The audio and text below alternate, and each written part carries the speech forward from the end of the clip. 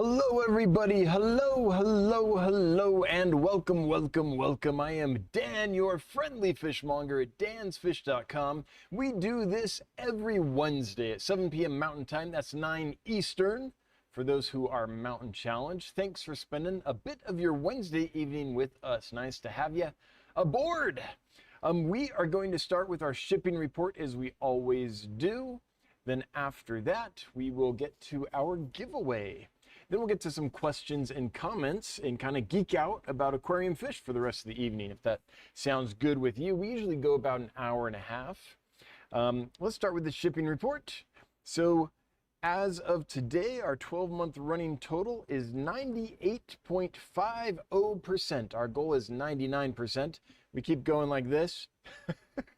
Seems like we're never quite up at 99% success rate. That's what we want to do, but we're close, 98.5, and hopefully it'll keep going well. We sent out a record number of fish today. Seems like I say that every week, but we sent out more fish today than we've ever sent before, and fingers crossed they all go well.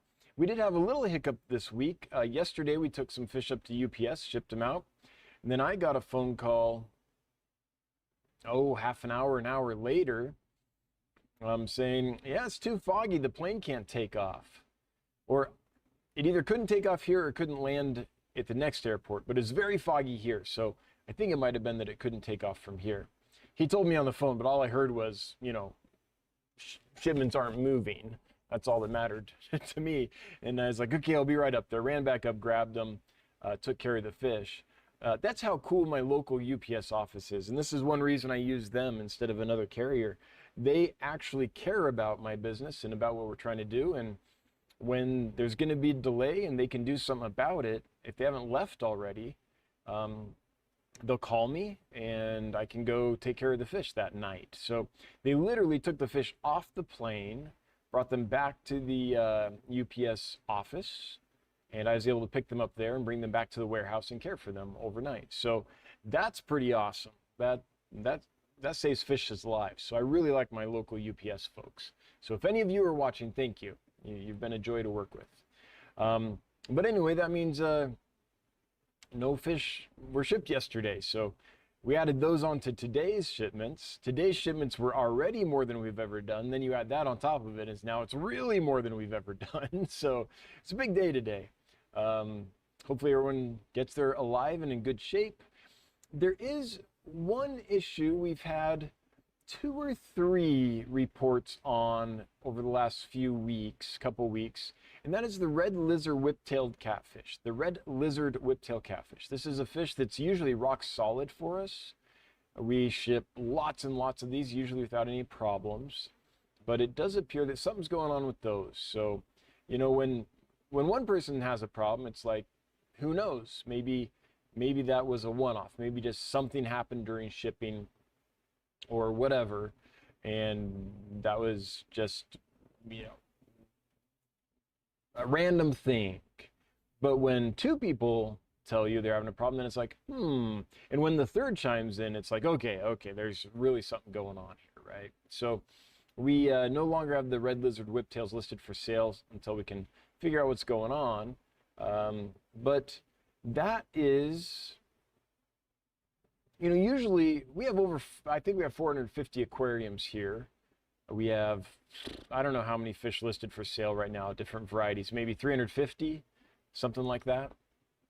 And usually everything goes well, but every now and then there'll be a group of fish that just looks great here, and then looks like it's fine, and for some reason doesn't do well in shipping. So that did happen this week and last week as well, I believe. So we're working on figuring that out. Apart from that, all the losses were like kind of random. So, I'm confident that everyone else is in good shape. So that is, I think that's the shipping report. Let's move on to the giveaway, shall we? And I have to set up Nightbot. I logged into OBS today, and all the settings, usually you log into your streaming software and it always looks the same. This time I logged in and everything was different. Like the image was up in the wrong side and it was the wrong resolution and it wasn't picking up sound and stuff. And so we had to, yeah, I thought I was going to get here and be able to relax a little bit before I went live. But nope, I've been hammering out technical issues the whole time. So I didn't get Nightbot done, but let's do that right now. So let's see here. If you would like to win some free shipping, hashtag ship. Let's do that. Hashtag HISHIP. That's how you spell ship. Jeez, I need some sleep. You know it's bad when I have a beard.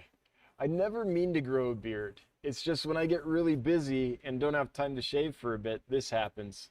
You know, my face, yeah, this happens to my face. And so, yep, definitely tired. But anyway, if you'd like to win some free shipping, we'll give away 2 of these. Hashtag ship, that's hashtag AHSHIP, no spaces, caps don't matter. Jeez, hopefully you guys know how to spell ship better than I do for some reason tonight. And shipping typically costs $39.99, so what's that? That's really $40 to I think $69.99 for the giant box, so about $70. So that's the value that free shipping is. And heck, if you order whatever your order is, we'll give you free shipping, no matter how big. So that is the giveaway for tonight. And the reason I'm doing this, I believe this is the first time ever giving away free shipping, is because people keep asking for it. So since people keep asking for it, I figured I'd give it a try, see how it goes, see how you guys like it, see how it affects the business and such. And yeah, there you go. So we are going to give away 2 free shipping things tonight, and I think we'll do the first one right now, just to reward the folks that are here early at the beginning of the stream. So I think we're gonna do that right now. Yeah, let's. So here we go. There are 132 eligible users. 133, keeps going up. I might give it just a moment. 138. Okay, folks are still really actively typing in hashtag ship. So I'm just going to give it just a second here. Just another minute. I'll answer one question, then I'll come back and draw the winner. That's what we'll do. So I saw one up here. Any availability of how do you say that? Homoloptera? I think Kafuzona. We do have some Homoloptera. I don't think we have Kafuzona, but maybe we do, so let me check. So if we go over here to Dan's fish, Homoloptera. We don't have the Confusa. We have Ocelota right now, and by the way, it's a pretty good looking group. But it looks like that is the only Homoloptera that we have available right now. And for those that don't know what these fish are, these are a beautiful group of hillstream loaches. So they're very closely related to these kinds of things, right? These kind of flying saucer type hillstream loaches. The most famous one of which is probably Soelia lineolata, the reticulated hillstream loach. We should have I think we're going to have a bunch more of these listed for sale probably tomorrow. I think we have more of those. But there's a different group. Most of those are like big suction cups, right? Like a disc, these things. See if I have a picture. There you go. That's what they look like on the bottom, to cling to rocks in really high rapid flow where nothing else can live. That's the niche these guys have carved out. But there are hillstream loaches like these and these that are kind of the quote-unquote lizard hillstream loaches that aren't as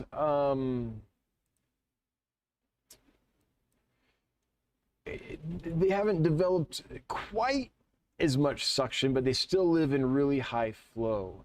And that's what Homoloptera is, and related genuses. So pretty neat fish.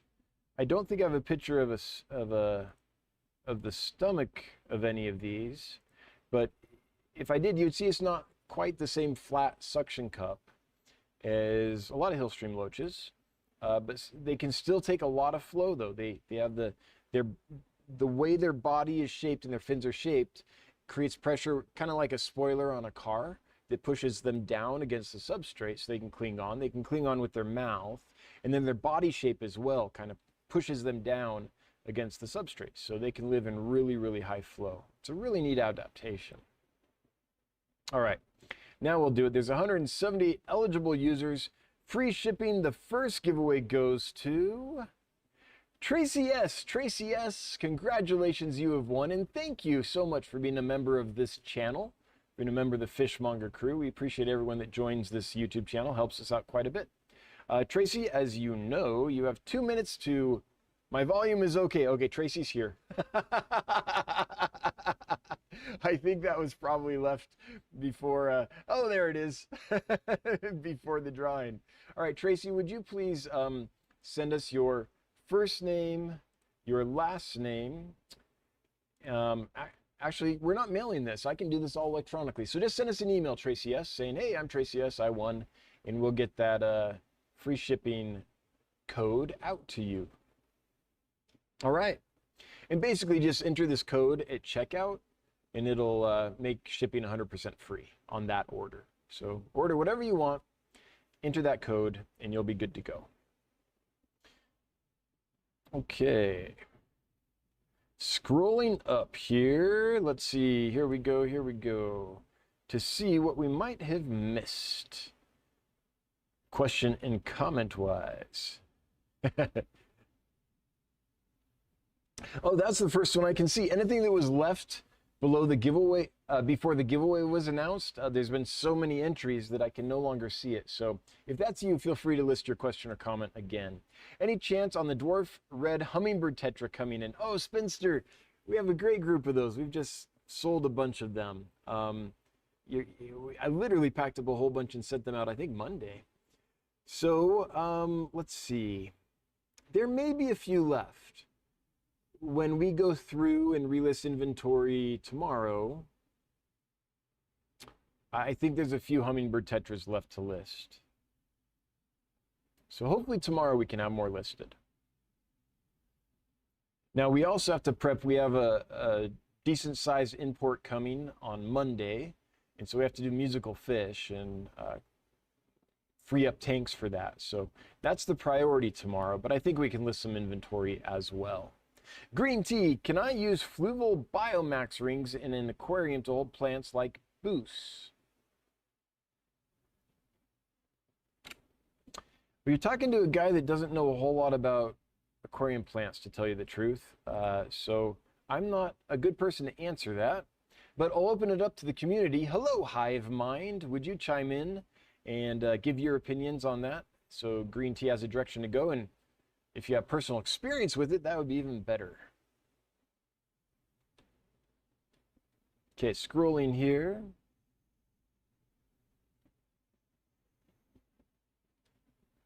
Okay, going here. I saw someone talking about the red lizard.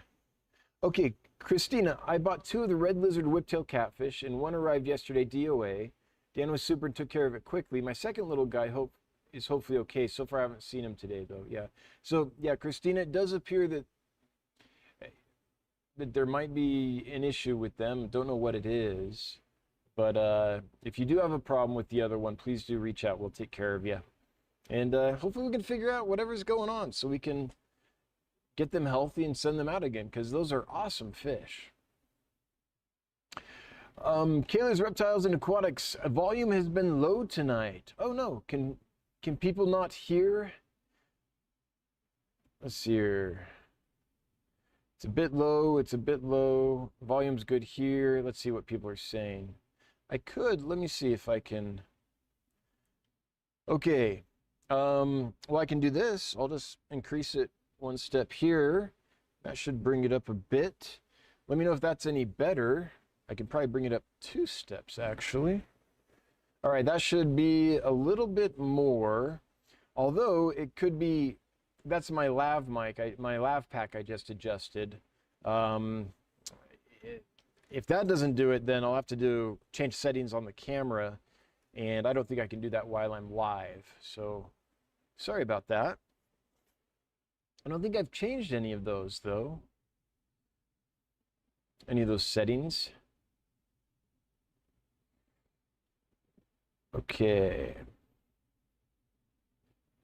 Tracy S saying thank you. Well, thanks for participating, Tracy S, and thanks again for being a member. That's very nice of you. The memberships are super helpful for us. Any African butterfly barbs coming in soon? No, I do not have a good source for those. Well, a whole video on it. There's a whole video I released about why I'm not bringing fish in from the Congo anymore. So if you want to know the details, check that out. But basically, I tried a supplier. They didn't do a good job. So we had long conversations with them about what needed to get fixed. They were committed to fixing them. So we said, okay, we'll try one more time. So we tried one more time, and it was the same as the first time. They hadn't changed anything. So the African butterfly barbs came in great shape, but a lot of other fish in that shipment didn't. And it literally took us months to get them healthy before we could sell them. And it just felt like I was participating in, I don't know, something dirty, like a puppy mill or something, right? Where I just didn't like buying fish that I felt had been abused, frankly, before they got to me. So we decided not to purchase anymore. So until we find a different supplier from that area of the world, we won't be bringing any more fish in from the Congo. Unfortunately, I wish we could. They're beautiful, and there's like we've hardly scratched the surface there. The Congo basin is this huge, complex, very old, rainforest ecosystem. We know the Amazon pretty well. There's a bunch of stuff not discovered there, but all the variety and stuff coming out of the Amazon that's so amazing. Well, the Congo's an analog to that. There's amazing things in the Congo, but the stuff we don't even know about. But until the infrastructure improves, I won't be able to bring more fish in there. And by the way, that's a rough area. Like, there's genocides there, there's civil wars there, there's countries and companies just raping and pillaging the land for natural resources, not caring about the people that live there. Like, it's just a tough place to be right now. So on top of all that, it's no wonder that there isn't the infrastructure necessary for successful fish export from that area. At least I haven't found it. I think you could still do it, but they're exporting fish. Why not do it right, I guess, is my question. But yeah, it's a rough place to be right now. Any new fish to show off? I don't have any new fish to show off today, but we are going to be releasing a few this week, and then Monday or Tuesday of next week, we have a whole bunch of neat fish to show off. I did make a video. I'm working on editing it right now, where I did a tour of all of our live bearers. So we brought in quite a few wild type live bearers, and I wanted folks to be able to see those. Stuff that a lot of people I don't think have ever seen before. I mean, maybe Greg Sage has. It's hard to surprise that guy. But, a lot of neat stuff. I brought in some domestic strains that are brand new to me. There's a beautiful orange veil-tail swordtail that's brand new. Kind of like the albino pineapple, but in orange color. And so we were able to get some of those in. So some really neat high-end domestic strains. And then we also have a lot of mid-grade, and by mid-grade, I'm talking price-wise. Like stuff that isn't real expensive and stuff that's, fairly cheap. Like a standard, industry standard platy, but good quality and good health. So yeah, I got a video showing all that stuff, and I'm hoping to have that done.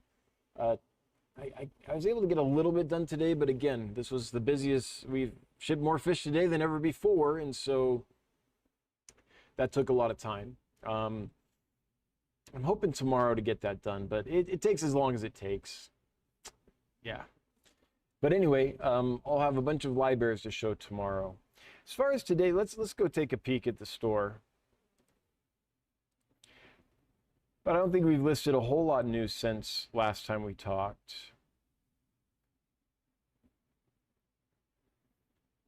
So just a slow scroll down so you can see these. Yeah, I think this stuff was listed last week. By the way, I don't know why these are not more popular. They're $6.99. They're beautiful, fairly hard to find fish from the Congo. These are bred and raised on fish farms now, not widely, but there's a select few that are doing it. So you can bring these in without, you know, without them going through what the Congo import went through. So I feel comfortable bringing them in from the breeders. And so they're less expensive than your typical Congo tetra, and I think even prettier. So that's, oops, I didn't mean to do that. I meant to do this. So that's a neat one. These are really neat, the pygmy driftwood catfish. It's just a little guy. They're small. So if you like, you know, the Tatia type, like the ninja cats and the galaxy wood cats, that kind of fish, the honeycomb cats, these are very similar in behavior and such, and they're just little tykes, so they're cute little guys. So we have a lot of neat fish, but as far as like, oh, these. So I might have shown these off last week. If I didn't, these are stunning. They're a new form of paradise fish, and a bright red body with blue fins and a lot of iridescence. Like the fins, it's hard to see it here, but these fins kind of glow. They're very bright under the lights. So that's a neat one. This is neat. So this is a new form of guppy. It's the glass tail. So it's got a really high expanded dorsal fin. And then the back of the body and the tail are like glass clear. So I think it's just super cool. Something I had never seen before. Just anytime I see something I've never seen before, I get excited because it doesn't happen all that often anymore. Well, yeah, it does because I seek it out. So, you know, every import we are able to get some new stuff in still, but you know, I've seen a lot of things. So it's nice when I see something new. This group of red laser cories is doing absolutely fantastic. I think I took these pictures end of last week, if I remember correctly. These are the actual fish you would be getting. These look really nice. So there's a few neat things there. Well, there's a lot of neat things there, but a few things that maybe I haven't talked about already. There'll be more tomorrow and Friday, and then a whole bunch probably Monday or Tuesday of next week. Jamie Felix, a super chat with a super sticker of free fertilizer for any plants I have left in any tanks. Yeah.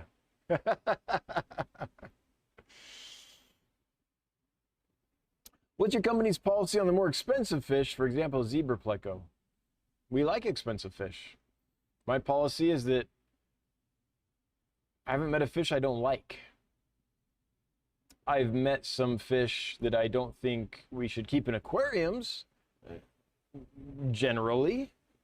You know, most people shouldn't keep in aquariums. Red-tailed catfish, arapima, you know, even common plecos. But, you know, some folks can house them properly, but your average aquarist doesn't have that much room. And I still think the fish are awesome. Alligator gars.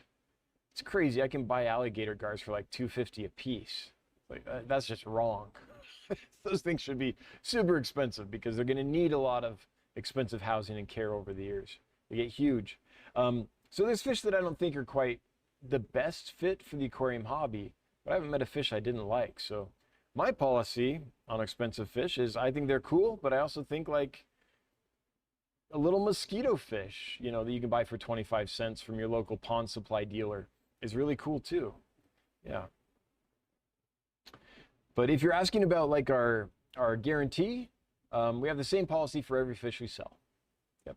If the fish arrives dead, we'll replace the cost of the fish and the shipping associated with that fish. If it arrives alive, but it's obviously in bad shape, let us know right away. And if it does not recover, same guarantee applies. So yeah, we take care of our customers. We do need a pitcher, especially on the expensive stuff. But we take, I mean, anyone here can chime in, I think, and tell you that if they've had a problem, no matter how expensive the fish, we've taken care of them. Green tea, any rare rasboras coming in soon? I tried. I found somewhere that I thought I could try some of the axelrodies. So those are like the blues, greens, and reds. I've tried some in the past from other places. Excuse me. Man, it's been a long day. And they haven't found a supplier that does a good job. So I'm trying someone new, but it turns out they didn't have them in stock. So I ordered them, but then I got a notice that, oh, we don't have these available. So that was a bit of a bummer. We do have some strawberry Boraris that are kind of neat. You don't see those all the time. But yeah, the Herbert axelrodies are the ones, or not Herbert axelrodies, the axelrodies are the ones I'd like to bring in. But I've got to find the right source. I'm sorry I'm so tired. I didn't get a day off this weekend because we had to replumb a portion of our system to make it more efficient. There was some, by replumbing some things, we were able to improve the efficiency of the motor quite a bit in our pump. So I did that Thursday, Friday, and Saturday. It's 6-inch PVC. And for anyone that's ever worked with 6-inch PVC, you know how unforgiving it is. So it's big stuff. It takes a lot to get that together and get it properly seated and everything. So yeah, I spent about 3 days on that. And then, of course, one of the fittings we didn't get quite right, and there was a bit of a leak. So I just spent a day building a patch for that. You know, some epoxy and, you know, fiberglass mesh and all that. But every time we do that, I have to shut down the system completely. I have to bleed everything. It has to be completely dry or the epoxy won't set right. So that takes a while. I have to blow it out with an air compressor, all those things. And yeah, so that was all weekend, and there were some pretty late nights trying to get that done because while that's happening, the system is down, and we don't like our system being down very long because we like the constant fresh water for the fish. So then on top of that, we sent a ton of fish out Monday, and we sent some fish out yesterday, and then a record number today. So it's just been nonstop. So if I yawn a couple times, that's why. I'm just physically tired. But I'm happy to be here. Like, this job is demanding, for sure.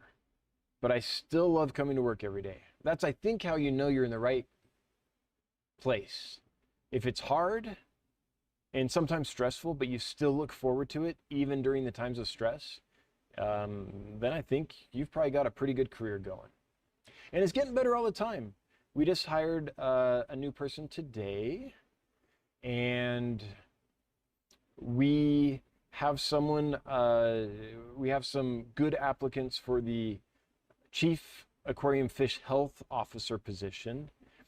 Once that position is filled, that'll take quite a bit off my plate and Johnny's plate as well, and that'll be very helpful. So things are progressing. I'm hopeful that sometime in the next few months I can get to the point where I can maybe start taking a full day off every week, maybe even 2 days off a week. I've only got, you know, a year left with my daughter before she goes off to college, and so it's a priority for me to start finding a way to, you know, spend more time with her.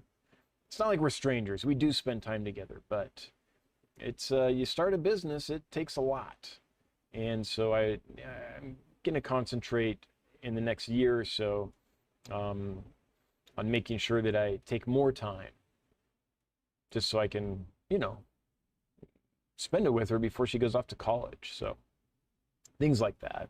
What got me started on that? Oh, tired. Yeah. All right.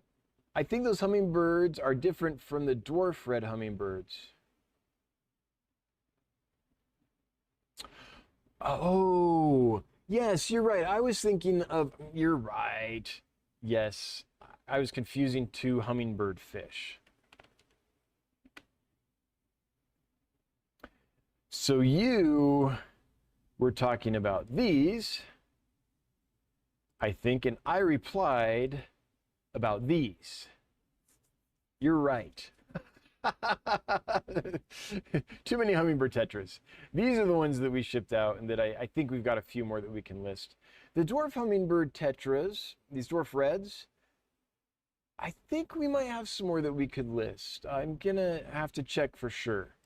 But they're a fish that is really hard to count, so we would have listed a safe amount, and plus it's hard to, they're in the pipes or the plants or whatever, they're small, so I'm sure we missed some. So there might be a few more of those that we can list, Spinster Sister. And thanks for clarifying for me which hummingbird tetra we were talking about. Michael Millier! Michael, I hope you're doing wonderfully. Have you seen an uptick in sales since announcing your partnership with Aquarium Co-op? We have. Yeah, it's been great to be in a partnership with Corey. Absolutely. Now, that being said, even before we were in the partnership with Corey, we were still setting records frequently. So it's, when you're growing, it's sometimes hard to tell a couple things. It's sometimes hard to tell exactly where the growth is coming from all the time. However, we have pretty good analytics, and so we can track how many referrals each of our affiliates are doing, and all that stuff. How many referrals are coming from YouTube. We've got software to track all these things. And yes, being an affiliate with Aquarium Co-op has definitely been good for us, and we think it'll grow because it's been lightly touched a little bit, but it hasn't, we haven't, had Corey over to do a tour of the warehouse yet, or any of those things that I think will really kind of pour gas on that partnership. So, oh, why am I showing this screen? I don't know. Yeah. Legion Aquatics, hashtag pound Dan. Yeah, I was getting pounded a lot in the Steenfot aquatic stream on Monday. That's all right. I don't mind a good pounding. When do you sidetracked? Did you mean dwarf red hummingbird? Yeah. I think we cleared that up. So I think we have both of the hummingbirds, but Johnny will tell me we have a tank of those fattening up. Okay, so we do have some. I thought we did. I didn't think we'd sold them all yet. All right, yeah, so we're fattening up some dwarf red hummingbird tetras. So yes, I just received my delayed shipment of Congo puffers and ram shipped on Monday. The temperature was a bit low inside at 66. Yeah, if they were delayed. But they've all made it. Floating them at the moment, such a relief. Whew, such a relief for me too. Yeah, I'm glad to hear they made it. And 66.7, that is lower than we want. But considering that they got delayed, we'll take it. We'll take it. That's still in, like 65 and above is generally still in the fish is going to be fine zone. Andy Hawkins, any tips for breeding a place? My fish shop got 3 more of the L239 Berry and Citrus Begani, and I was considering picking them up, making a new breed tank, and trying to make more. So Berry and Citrus, is that the same genus as, say, your... Let me see which other plecos are in here. Is this like your green phantoms and blue phantom? Oh, okay, these guys. So I think these are fantastic, and I would love to purchase these from a hobbyist breeder. So if you do get them, these are the blue Panox. If you do get them and you do decide to breed them, then I would definitely be a buyer. Now, that being said, I have no experience breeding them. I don't know how easy they are or how difficult they might be. There are some plecos out there that have proven really difficult. I think gold nuggets, green phantoms, blue phantoms. Am I wrong? I think those are some of the ones that are a little hard. So, yeah, if you can breed the blue Panox, Andy Hawkins, I would be very excited.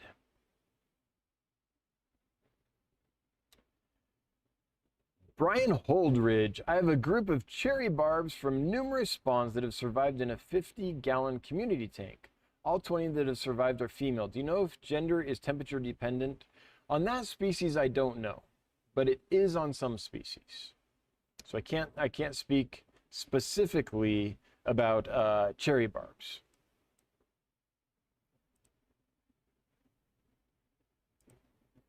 Okay. Amy Slight Tom. Any new rainbow fish species coming soon? Let's see here.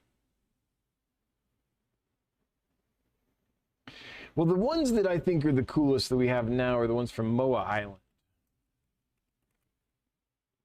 Oh, well, there's the island. What I was trying to do is show you here. These guys. My picture is horrible, but they're just as pretty as a Skull Creek, this. They're just as pretty as these, with maybe even a little more iridescence in the yellows, or maybe even a little more orange. So I think they're fantastic. So Melanotaenia soloensis from Moa Island are, was I not showing them before? It's one of those nights. So this is a better picture. That's a Skull Creek, and that'll give you an idea. This is as good of a picture as I was able to take of the Moa Islands yet, but they have kind of more orange on them, where the yellow is on these Skull Creeks. So really pretty little fish. A dwarf species, gonna get 2.5, 3 inches maybe, so they don't get too big. I love the pinstripes on them. I think they're a unique, really neat rainbow fish. So that's the one I'm excited about. But as far as bringing in a bunch of new species in the near future, no. I'm not going to bring in an import of new rainbows until it warms up a bit. But at least not from my normal breeder. But if there's any hobbyist breeders that have some available, then yeah, I would source them. Okay, Kelly Foreman has given away 5 memberships. Kelly, thank you so much, my friend. Hope you're doing well, and I appreciate the generosity. Not to be outdone, Geek Boy has also given away 5 memberships. And Any Fish Will Do threw down $20. This is a dinner fund for some of your cool plecos, maybe organic green beans this week. Thank you, Any Fish Will Do. Much appreciated. Always appreciated. Never required. But when money falls out of the computer screen and falls onto our laps, it's a pleasant surprise, and we always like that. Who wouldn't? Oh, somehow I didn't see that Stephen P. 2003 Aquatics also gifted 5 memberships. That is 15 new members that have been given memberships tonight. Thank you, everybody. It's hugely helpful. Growing the membership base is great for our company. We appreciate that very much. Any idea when you'll get more Cory Equus? Dare I do this? All right, I'm going to do this. Okay. Just a second. I've got to detach the camera here. Take it over here and show you there.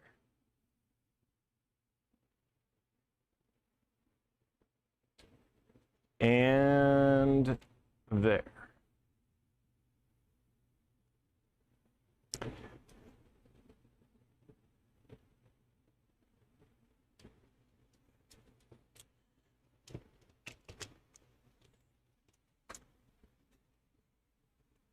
So we have a couple tanks of them. We were able to source them from a breeder in Germany. So these are aquarium bred and raised in Germany. So far they're doing fantastic. They're still in quarantine. I believe they'll be ready to list for sale, provided nothing unexpected happens. They're live animals, you never know. But they've been rock solid and hardy, and we believe they'll be listed for sale on Monday. So we do have a good group of Corydoras equus. And what's super exciting is they're aquarium bred and raised by some really good breeders, or a really good breeder.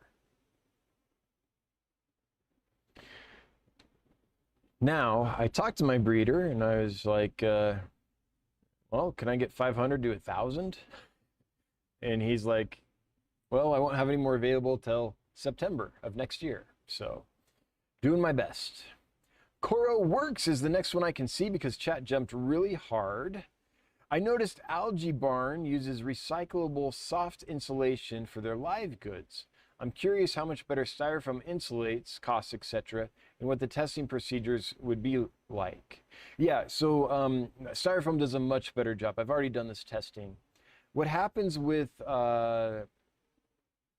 soft insulation is, as the bags are being shipped and they're vibrating and being jostled and stuff, they settle down into that and it gets compacted.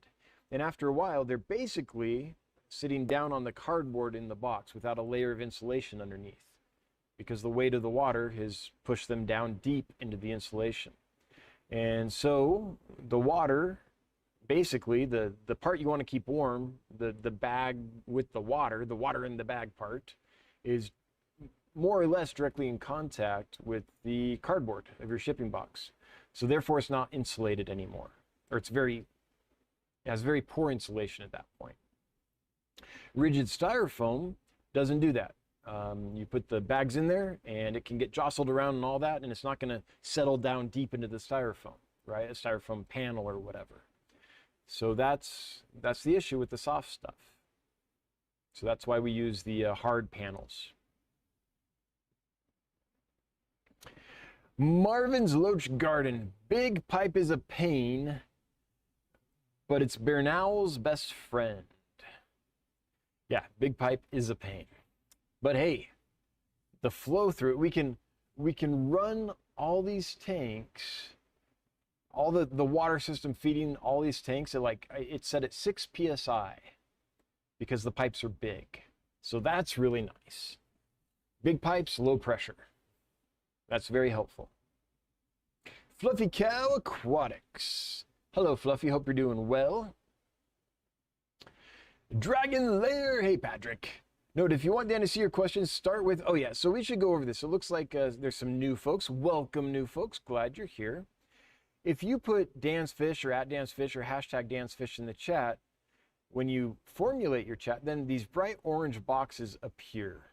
And that's what I see as I'm scrolling up and down the chat here. I'm looking for these bright orange boxes, and I stop there, and those are the questions and comments that I respond to. I assume that all the rest of the stuff in here is just you guys chatting among yourselves, having a good time.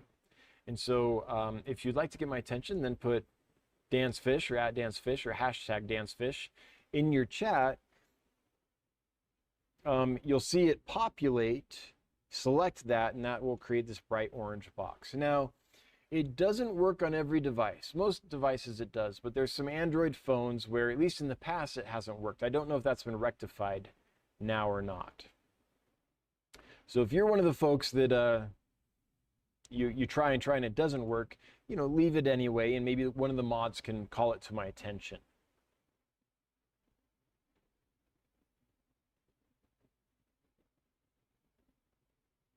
Okay, Leo. Hey, Leo. I hope you're doing well. Hope the puffers are doing well. What do you think of Geophagus steindacheneri? Is that how you say that? I think so. The red hump Geophagus. I like them. I like them. They are the guppies of the Geophagus. They're not super expensive. I think they're really beautiful. They get beautiful coloration. This all turns brightly iridescent. All this nice iridescence. They get the nice red hump here. And I mean, they really do look like this, even better in person. I mean, this is decent, but that picture is not showing their true colors and iridescence. This is getting closer.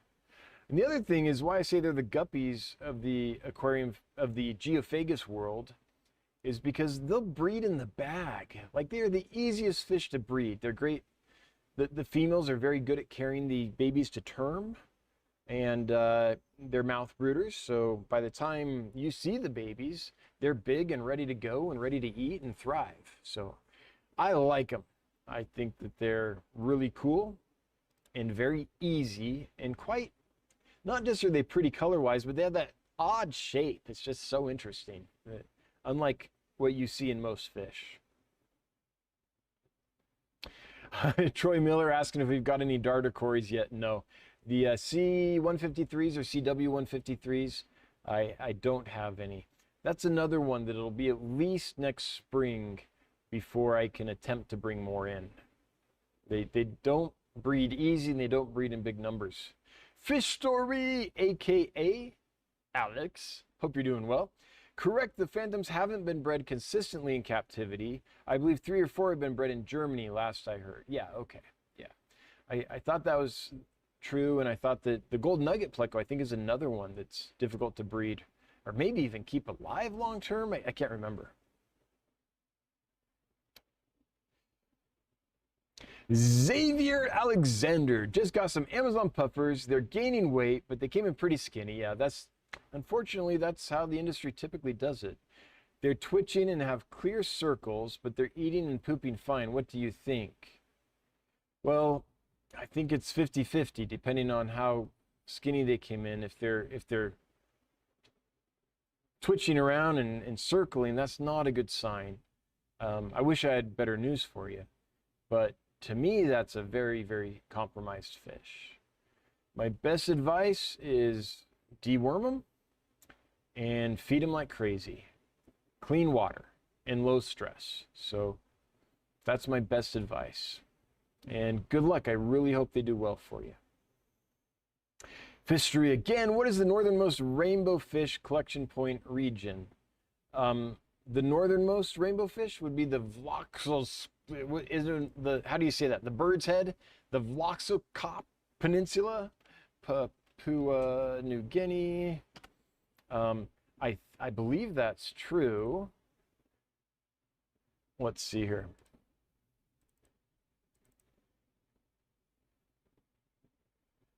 So here, this is what they call like the Vloxocop Peninsula, this Bird's Head. So I think that's it. I don't think there's anything up here. There might be an island or two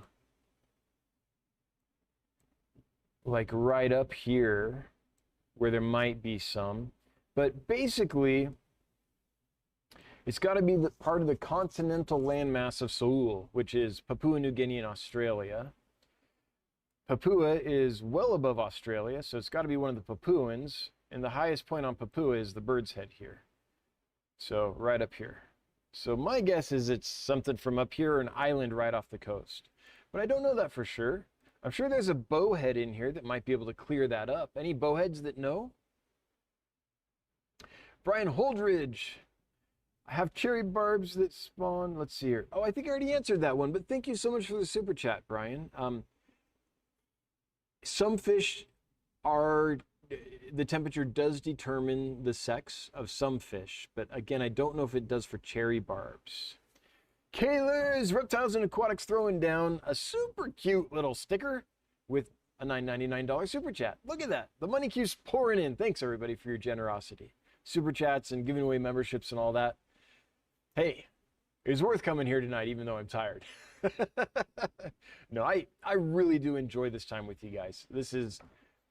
You're like the substitute for a local fish club. I no longer have a local fish club because I live in such a tiny town in the middle of nowhere. And I miss that. I miss having a local fish club. When I was in Los Angeles, I had like a million I could choose from. I could go to one every week, sometimes multiple ones every week. So you guys are the fill-in for my local fish club that I miss. And I really appreciate you being here to nerd out on fish with me. I really enjoy it. Brian Redovic. Kyle Hernandez would love to know if the pygmy hatchets are any harder to keep than the larger marble hatchet fish. No, the pygmy hatchet fish, the marble hatchet fish are both very easy to keep in my opinion, provided they're not exposed to like bad ammonia and levels and things like that during import. In fact, even the silver hatchets and black finned hatchets and all those, in my experience, are very hardy, provided they're treated properly during transport. That's the issue. That's the issue with a lot of fish. So if that's the case, they're going to be hardy. And in our experience, the pygmy hatchets and the marble hatchets tend to be rock solid. Our supplier for those does a very good job. Now, occasionally something goes sideways, but that could happen with any fish, no matter how hardy it is. So I would recommend the pygmy hatchets if they've been treated right. Yeah, I think they'll do well for you. Okay, scrolling up, chat just jumped, so let me get back to it. I'm going. Wow, chat jumped hard. Here it is. Eliane. Or is that Elaine? It's probably Elaine, but I'm going to call it Eliane. What is the whopping big plat behind you? It's a sword. Oops, wrong way. I don't know which kind of sword that is. Johnny might remember. Is that a big bear? I don't think that's a big bear sword. All I can tell you is it's a sword. I don't remember which variety.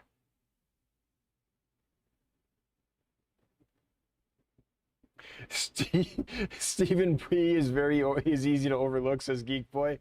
No, I don't know how that happened. Sorry, not Stefan. Brian Gillespie. No, it's not Gillespie. It's Gillespie. Gillespie? We'll go with that. Brian Gillespie. If we want a group of fish, can we pay to fill the box with more fish? Yeah, absolutely. Yeah.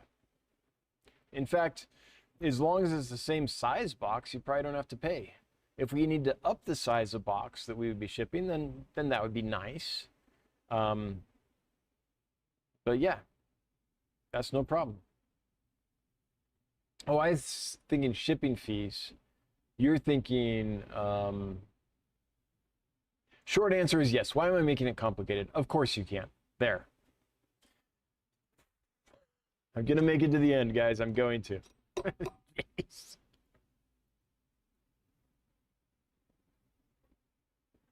Yes, if you win a giveaway, you can add more fish to the giveaway.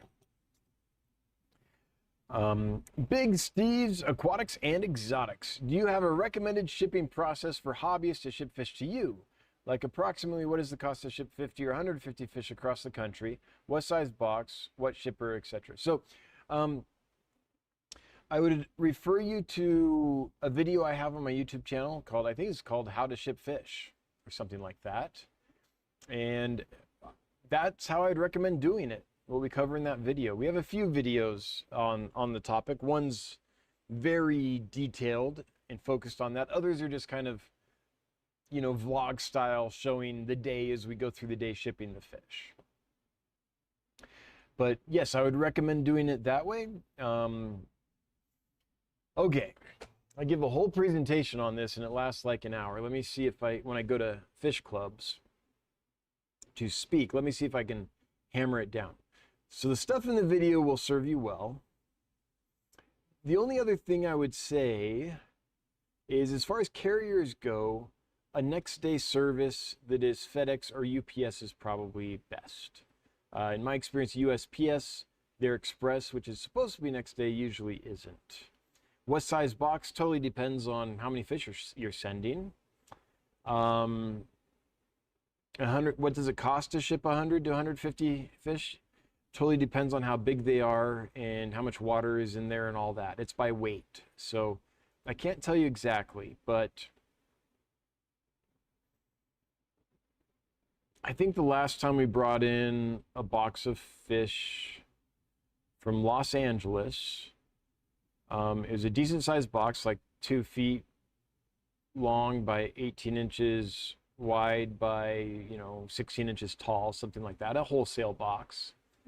There were about 100 Lamprologus sexfasciatus gold in it. I forget the weight of the box, 35 pounds, maybe 40 pounds, something like that.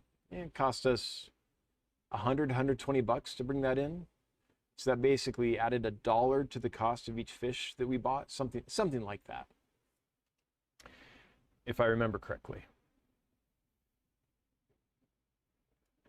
Adam's Electronic Universe. Will you be getting any more diptail pencilfish? Seems like they sold really fast. They do sell fast because they're awesome. And yes, I'll be bringing more in. I think some might arrive Monday. Okay, so there's a supplier from South America who has an amazing list of fish. And we bought from them before and things went pretty well. And then we bought that for a while things went well. And then things didn't go well. I don't know what happened, but the packing wasn't done right for some reason. And so we stopped ordering from them. We haven't ordered from them. I can get the diptails, the Nanostomus equus, from a few different suppliers. This specific supplier, we stopped ordering fish from for several months. They've changed some things. They've shipped a few shipments, and the improvement has been noted. And so I'm trying a test shipment with them on Monday. And I believe that part of that order is some Nanostomus equus, some diptail pencil fish. Now, hopefully they really are improving consistently, and that shipment will come in good. But I'm just bringing in like one box with 3 or 4, I think, a few species of fish, just to kind of test a little bit and make sure. And if they do well, then I'll bring in more fish from them. And I can get diptail pencils from them and from a couple other people as well. So Monday, that's a long way of saying that some might come in Monday.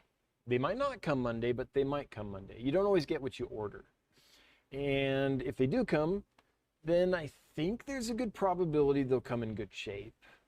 But again, I'm testing this supplier after quite a few months of being like, yeah, you guys have to get your act together. So we'll see. David Allen, hey Dan, wanted to update on the giant emperor tetras. They're doing great, eating like pigs. Aren't they great fish?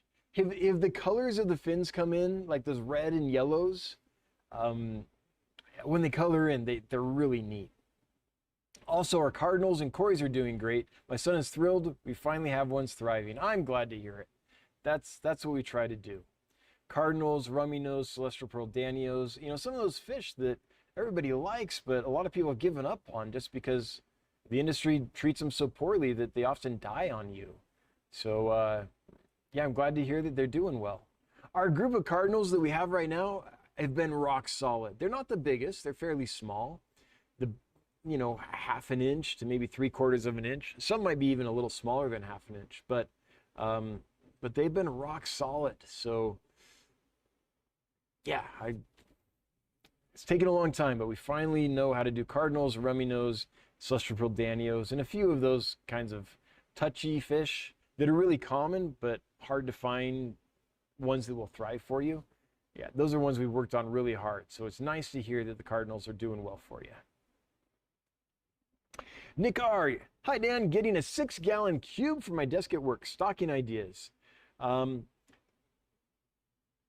would get something that, since you don't control the environment at work, especially when you're not there, I'd get something that has a wide range of temperature tolerances. This is one that I think a desktop pet could be fun with, and I'm specifically thinking of like the red flame paradise fish, those new paradise fish. I think those would be great. They can take a wide range of temperatures. They're super hardy. If you get one, it'll kind of become like a pet for you. I don't think that 6 gallons is big enough for a big group of them, or for even maybe a pair. I'd probably get one. By the way, they're related to bettas, so they can breathe air. They can take a wide range of, they can take it down probably below ice. I mean, they're very much a temperate fish, so they can take a wide range of temperatures. Really hardy fish. So that's one if you want kind of like a pet type. If you want a little school of fish, I think I'd do something like Norman's lampeyes, a Boraris species. Those are the tiny little dwarf rasboras, like chili rasboras or strawberry rasboras. Kubatai rasboras, those are the neon green rasboras. They don't get too big. Now these fish are not as temperature tolerant that I'm talking about, but they're small and you could get a decent group in there. Another temperature tolerant fish that's really hardy and probably do just fine would be a little group of something like a white cloud mountain minnow, or a gold white cloud, or a long fin white cloud. There's several varieties. And again, if the heat went out at work, or if if they don't keep the office warm on the weekends or whatever, they would be fine, even if it got quite cold. So I don't know, those are some ideas. it's always fun to go with a pair of guppies and just watch the babies appear. And, you know, you can thin out the babies as you need to, but that's kind of fun. I don't know. There's some ideas, Nick. They might not be good ideas, but they're what I got right now. There are 345 folks watching tonight. That is awesome. Thanks for being here, everybody. Really appreciate it. If you wouldn't mind taking a moment to share this out to someone that might enjoy it, that would be awesome. We're trying to grow the channel. We're trying to get more folks here, so we would appreciate that. And I'm also going to do just a little commercial here and bring up a link here. The link that I posted last week did not work. So here's the correct link for our affiliation with Aquarium Co-op. If you click on that and buy anything from Aquarium Co-op, we get a little kickback, and that is awesome for us. So, little commercial to help us out and to help the co-op out. I think Corey's worth helping out. I think he's a good guy. Okay. Marvin's Lush Garden, you are way behind in chat. But Bernoulli's is it just jumped, is the pipe flow equation for calculating head loss. Oh, okay, yeah. I didn't know that name for it. Yes, we've calculated a lot of head loss and pressure and all that stuff in the whole plumbing thing. Yep. Survival of the Fishiest has been a member for a year. Thank you so much. That's amazing. We really appreciate you being a member. Says, thanks for all you do. Right back at you, Survival. Thank you as well. Thanks for your support for the last year. That's amazing. And yeah, I'm way behind in the chat. I look at the chat as a casual thing. I try to take a decent amount of time with each comment or question, and they're jumping off points for me to just have something to discuss and talk about. So I'm not one of these people that's like hanging out at the bottom of the chat or tries to make sure I get to the bottom before the stream ends. I just take it as it flows, and we get as far as we get. But I do take them in order, unless the chat jumps and I can't see it. Sometimes they get cut off. So that's kind of how we do it here. It's loosey goosey. The Rusty Nut. I'm on Android, and you've been getting my highlighted messages. Awesome. That's awesome to hear. So Android's working. Thank you, the Rusty Nut. That's great to know.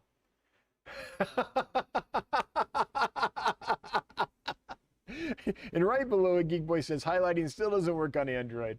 So maybe some Androids it does, maybe some it doesn't. Drifter's Workshop. I'm picturing like cars. I'm picturing like an auto shop where you make drift cars. Yeah. Do or would you ship to Canada? Hello from Kingston, Ontario. Well, hello right back at you. We do ship to Canada. However, we don't do it this time of year. We do it in the warmer weather. So we'll start shipping to Canada again when weather warms up. Also, we shipped to Canada for quite a while and had great success. And then a couple of months ago, some procedure changed or something. And we were doing everything correctly on our end. We talked to UPS about it. We talked to the Canadian government about it. We had the right paperwork and everything. But I don't know if their system changed so it's not as efficient. I don't know if people came on board that didn't understand the policies and procedures or what. But we started having like half or 3/4 of the shipments to Canada they were either delayed severely while they figured out what to do with this box of fish, or were straight up rejected and returned to us even though we had done everything. And so, plus winter was approaching, things were getting colder, so we decided, yeah, now's a good time to put a pause on it. But my hope is when the weather warms up again, that'll all be straightened out. We do have a new representative working with us on our account. And part of why we brought them on is so that they can, because they said they could help us with those problems. So we are serious about shipping to Canada. Probably more serious than Canada is about letting us ship. But so we'll try it again when the weather warms up. But yes, we intend to, and we were for quite a while. Brian Gillespie, do you still keep blackworms? I still have a few that are alive in our scud tank, but I don't have a culture of blackworms that I'm actively growing at the moment. Wish I did, but I don't have time for that right now. Kyle Hernandez, do you find pygmy? Oh, I already got to that one. Arctic Ram, I have been looking for Corridors crucienses and saw that you had them at one point. Is there any chance you get them in again? I want to say yes, but the answer is probably no. We brought cruciensis in, Sipalowini in. We've brought all kinds of amazingly rare cories in that we think are awesome. The problem is the market does not agree. So a lot of these cories we sat on for months and months and months. It took forever for them to sell. And that just doesn't make good business sense. So there's certain fish we just probably aren't going to bring in anymore, because if we do, we'll go out of business. So we might try again. You know, we've grown quite a lot. Maybe we have more Corridors, fans now in our customer base. So we'll try some things again down the road, but it's going to be a little while before we're ready to try again. We think our customer base is different enough that it's worth trying again. But yeah, cruciensis is a beautiful, cute little cory. I love them. Okay. Drifter's Workshop testing out the Android. Easy V Rider, just curious if you ever carry Petricola catfish. It's a big time bucket list fish of mine. Been pretty hard to find. That is one that I might bring in, Petricola lucipinus, at some point, but I'm not in a hurry to. We had Synodontis, I believe Negrita, and Synodontis ocellifer in, and I think it took us over a year to sell them off. So, not in a huge hurry to get more Synodontis. But I do think Petricola and lucipinus are, the popular Synodontis. So it might be worth trying at some point. But I'm not in a hurry, Easy V Rider, to bring those in and run that experiment. Basically, we're doing so much business without taking a risk on things that haven't worked well in the past. We're doing so much business without doing that at this point in time, it doesn't make a lot of sense to try that risk again, because the company has no financial incentive to do so. Now we'll get there. We'll get to the point where it's like, it's time to try again. But right now it doesn't make a lot of sense. Fluffy Cow Aquatics, need recommendations on for a tank set for peacock gudgeon breeding, as well as Aphyosemion australe. Thank you. Fluffy Cow, have you watched our video on breeding and raising peacock gudgeons? If not, give that a whirl. Basically, just 1/2-inch pipe. It's all you need for a small, maybe a full-grown peacock gudgeon male might need 3/4 inch, but we just used 1/2-inch pipe. After they laid the eggs in it, right before the eggs were about to hatch, they're all eyed up and ready to go.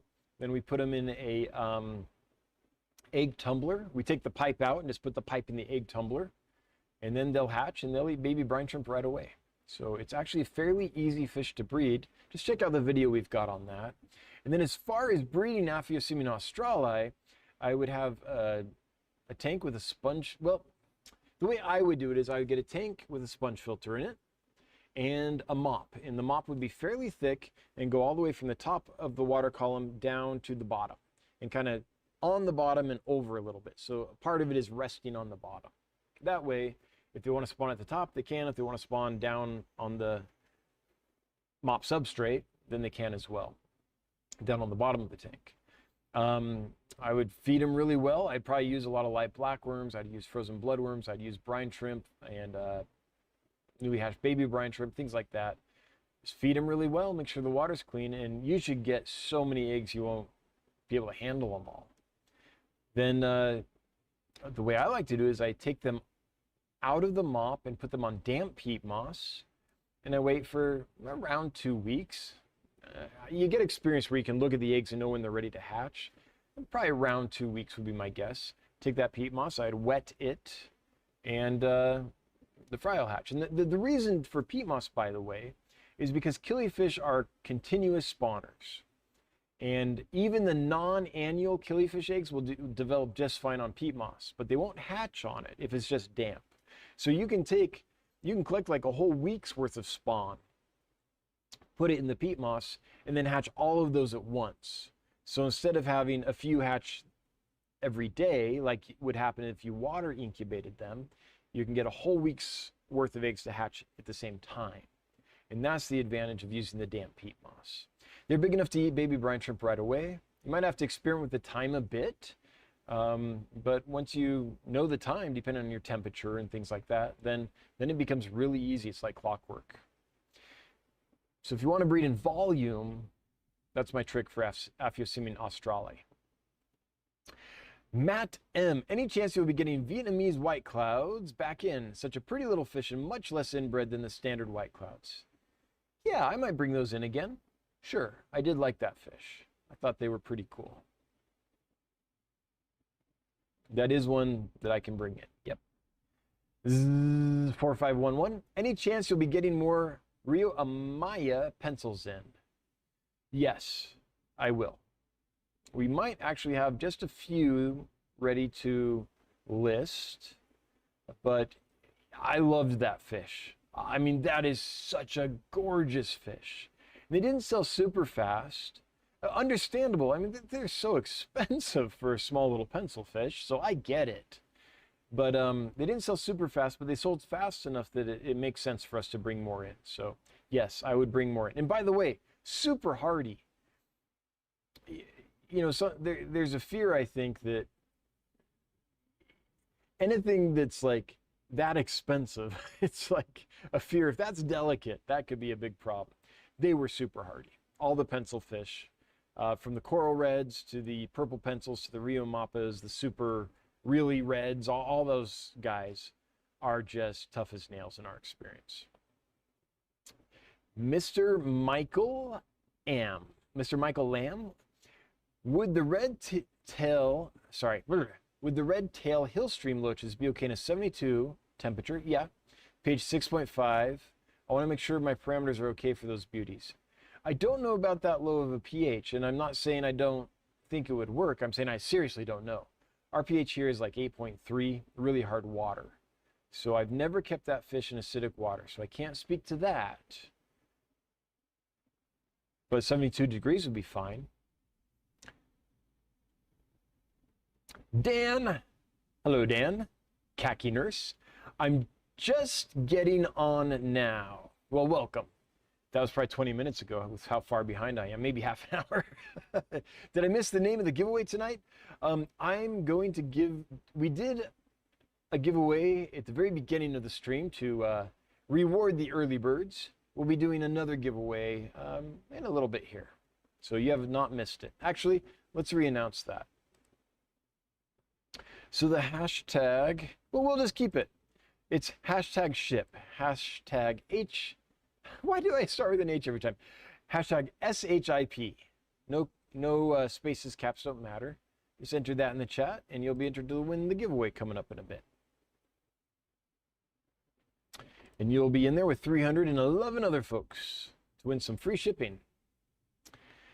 Mitchell Broom. Hey, Mitchell. Good to hear from you. To my knowledge, there are no credible breeding reports on gold nuggets. All right. They take forever to get old enough to breed and have some hard to replicate requirements. Okay, that's what I thought. Yeah. I don't know that much about plecos, but I knew there was some like that, and I just don't know if the blue Pinnock is in that category or not. Hopefully not, because I'd love to buy some from a breeder. That'd be awesome. Oh, wow. Chad just jumped hardcore because there's a whole bunch of people entering the giveaway now. So the next one I can see since it jumped is Javier Teno. How do you treat Epistylus? Okay, I'm not a veterinarian, but I'm not going to recommend anything, but I'll tell you how we treat it here. When we get Epistylus, the easiest way to do it is turn off the lights. Make sure the water is really clean. If you have a bunch of detritus in the tank or anything like that, you need to get rid of that. And then we use Icex. And I like salt too, especially if the tank isn't planted. about 5 milligrams to 8 milligrams, or grams, sorry, 5 to 8 grams per liter. So 5 to 8 parts per thousand salt. Now, the reason you need to get rid of all the detritus and stuff and make sure the water is clean is because the Epistylus does not feed off the fish.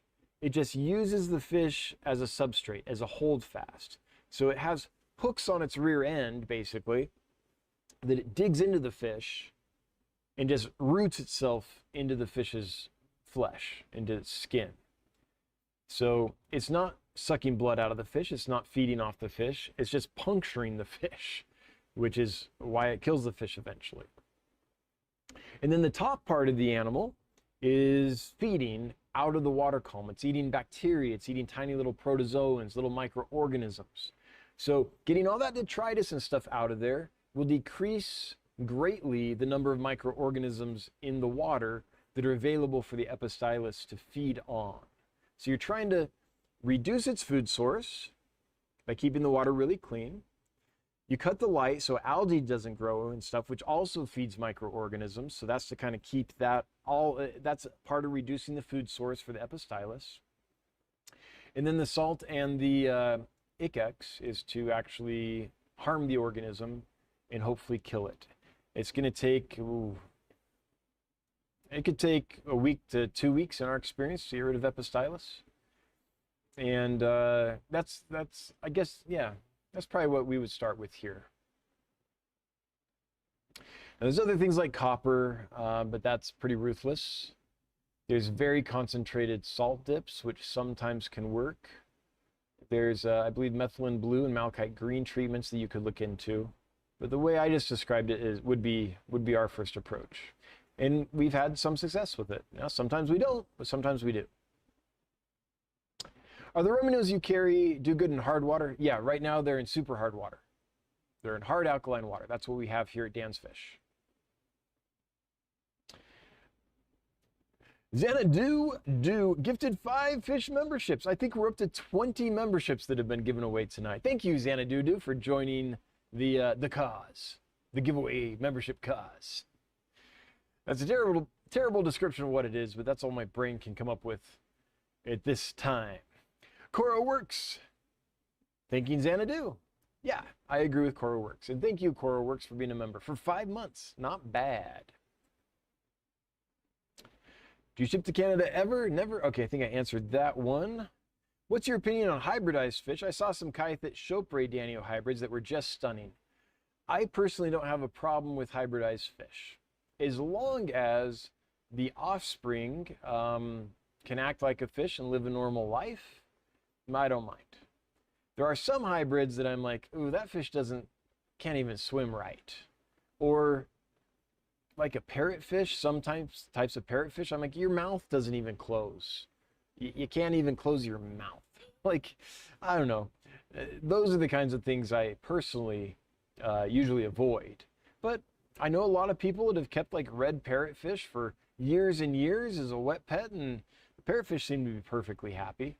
It's just weird to me that you would develop a fish that's mouth doesn't work properly. So where I draw the line is if I think it's cruel to the resulting offspring, or their fins so long and wacky that they can't swim properly, things like that, with any fish, basically. Fish Hunter, by the way, like tons of fish in this hobby are hybridized. Almost all of your platies and swordtails are hybridized because that's how they've got different color traits introduced from platies into swordtails, and I believe vice versa. Like the red wag swordtail, that comes from platies. Tons of guppies and endlers have been hybridized. There's lots of fish have been hybridized, and we don't blink an eye because we're used to them. But then we hear about, I don't know, another fish that's a new strain of hybridization. Everyone's like, is that okay? And it's like, well, you've probably kept lots of fish that are hybridized. You just didn't know it. It wasn't a problem then. Fish Hunter, are there any fish I can keep outside year-round in San Antonio, Texas? Our temps on average 30 lowest and 110 highest. Yeah, I think that's the place for like paradise fish. There's probably some kinds of Aphanius as well that could take temperatures like that. There's a lot of fish that come out of like Taiwan and China and things that are temperate fish. that can take a wide range of temperatures. The main concern I would have isn't it getting too cold in the winter for temperate fish, but getting too hot in the summer. So 110, well, what's the water temperature? The water temperature is 110. That's going to be a huge limiting factor. But if it's 110 outside, but you have the pond and it's dug down deep enough in the ground and it's in the shade or whatever, so it doesn't get, you know, much over 95 or something like that, then 95, 85 to 90, maybe 95 for short periods if it's clean and there's plenty of oxygen in the water. Yeah, then there's more you could keep. So your higher temperatures are a limiting factor. It depends on where the pond's set up and how it's set up. But yeah, there's lots of fish that can take the cold and can take it rather warm. 110 is pretty hot though. Nick R. Really like the paradise fish idea as well. Appreciate your thoughts very much. Hey, I got one right. It doesn't always happen, but I'm glad it happened tonight. All right, we're going to take a little break from this and go ahead and do the giveaway. This is for free shipping. So you can order however many fish you want on this, and we'll cover the shipping for you. Shipping usually starts at $39.99, so 40 bucks basically with us. And our largest box, I think, is $69.99, so pretty much $70. And so that's the value of what we're giving away. There are 349 folks who have entered the hashtag ship giveaway. And the winner is Guilty Creek. I love it. That's a great name. Guilty Creek, congratulations. You have 2 minutes to chime in and let us know that you're here. I'll start my little Google timer right now.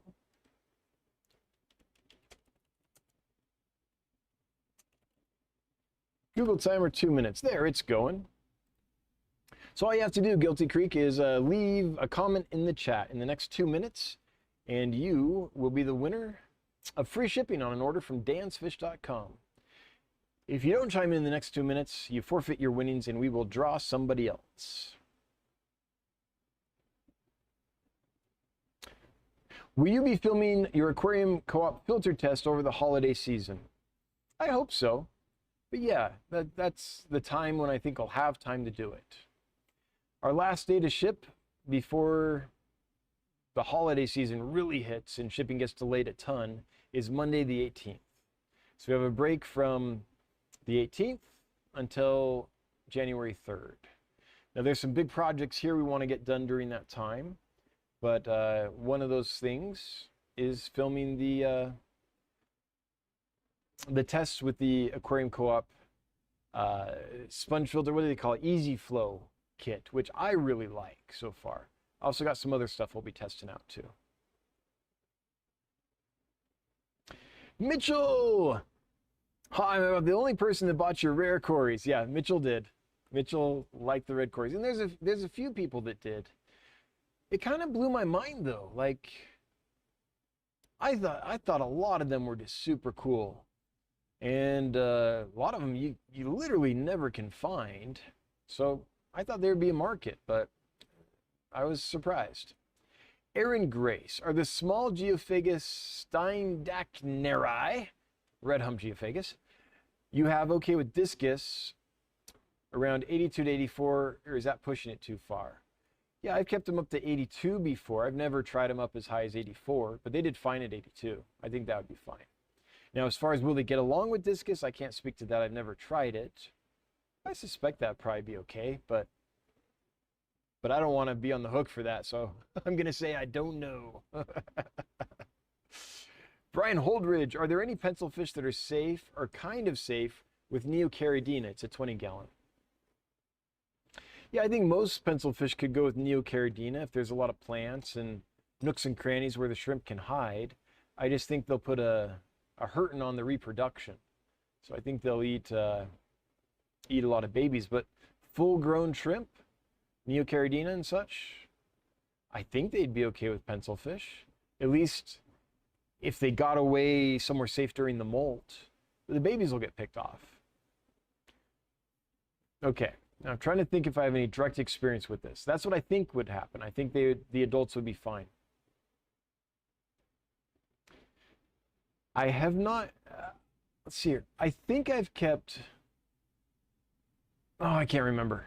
I'm pretty sure I've kept shrimp with some species of pencils. I just can't remember which shrimp and which pencils. Good evening back at you, Thorntrap. Hello. Okay, I'm pretty sure it's been over 2 minutes. Let's check here. Why, it has. All right, Guilty Creek has chimed in. Guilty Creek, congratulations.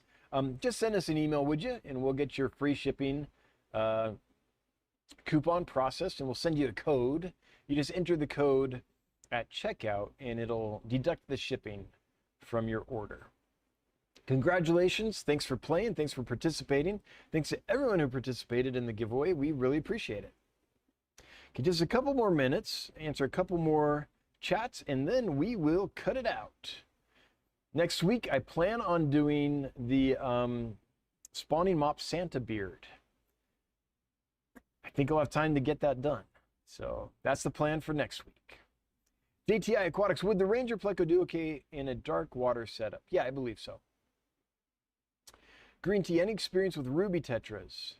Yes, let me just make sure my ruby tetra is the same as your ruby tetra, because there's different names for different tetras. Let's see here. Is this the new one we're talking about? Actually, no. If you're talking about Reesii, I have not kept that fish that I can remember. So I don't have any experience with that ruby tetra. And that's the first one that popped up. So I'm assuming that's the one you're talking about. Like, whole top of the Google search was that one. Connor Kaminicki, I hope I said it right. Do you think you will ever restock the Stark River rainbows? Oh, absolutely. Yes, the Stark River rainbow is a stunning little rainbow. I think they're amazing. I do plan on bringing more in. It's probably going to be springtime before I can, though, unless there's a hobbyist out there that I've sold. Oops, that's what I want to be showing. That I've sold some to who's bred some, and I can buy them from them. Only we. How many people did it take to construct all the racks and drill all the tanks in your warehouse? Oh, I got a bunch of videos on it. So if you want to watch the Building Dan's Fish series, we go into depth on how this was all built. But the majority of it was Jonathan, myself, Mandy,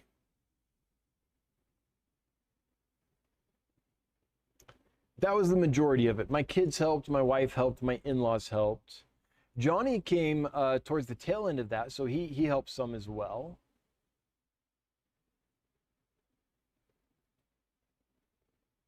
Yeah, the majority of the racks themselves, though, I believe were Jonathan and I with Mandy. I don't think Johnny was here at that point. Oh, there's a local lady that helped us out as well. Her name is Terry. She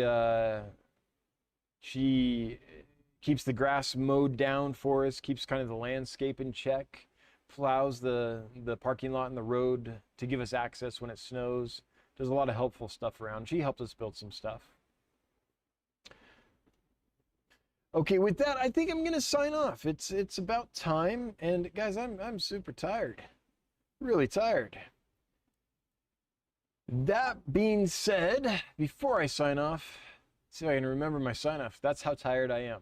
All right, I want to start by thanking my moderators for being here every week and moderating, volunteering their time. I think it's like one of the most generous things ever that they show up week after week, some of them for years, helping us out. Thank you. Thank you. Sincerely, thank you, and happy holidays. I want to thank our channel members and everyone that gave away memberships. That's awesome. Thanks for the super chats. We love it when money falls out of the screen and lands in the coffers. It helps this company very much, so very much appreciated. Want to thank everyone that was active in the chat. I want to thank everyone that wasn't active in the chat too. That's you. I see you, you lurkers. Hail the lurking nation. Everyone that's watching the replay right now, thanks for watching, and hello from the past. And if you're listening on the podcast, thanks for listening. I think I got it. I think that's it. Yep. With that, we'll be back next week, same time, same place. Till then, have a good one. Bye-bye.